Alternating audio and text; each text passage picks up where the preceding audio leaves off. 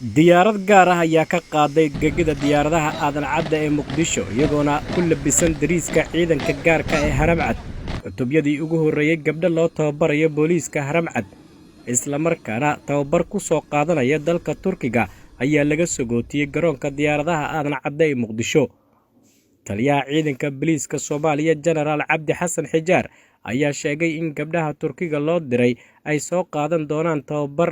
booliiska gaarka ee Haramcad isla markaana lagu soo xulay aqoon iyo xeelado kale iyadoona muddo lagu diyaarinayay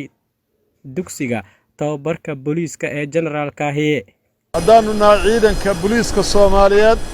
gaar ahaan ciidamada unidiyada sida gaarka u tababaran inaanu maanta ku sagootino gegada dayuuradaha ee aadan cadda International Airport kooxdii ugu horeysay ambaajkii ugu horeysay oo ah gabdho Soomaaliyeed oo aqoon leh oo waxbartay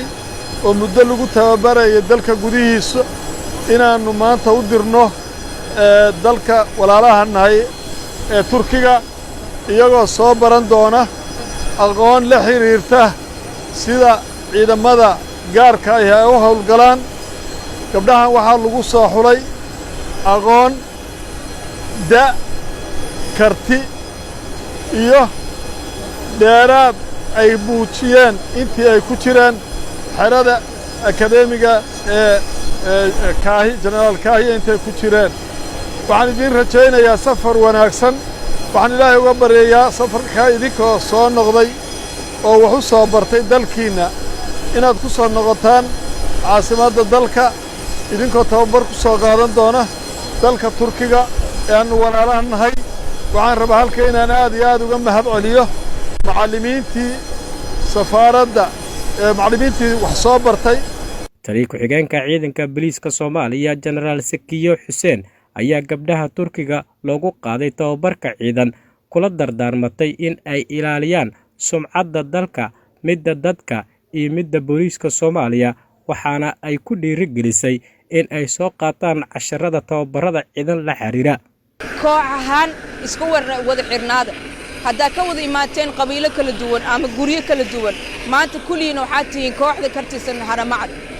rag idinka horeeyana iyo kuwa iga dambeeyana waxaa tihiin walaalo ani waxa iga fiican oo qalbiga ku dajisanooya gabdhaha ii soo socdo oo garab ii noqon doon si idinka marka garab idigu noqdo idinka maanta garab ii noqdo qarankana garab u noqdo ogaada gabdhaha Soomaaliyeed dhibaatooyin badan ay la kulmaan ama kufsi ha noqoto dil ha noqoto afduub ha noqoto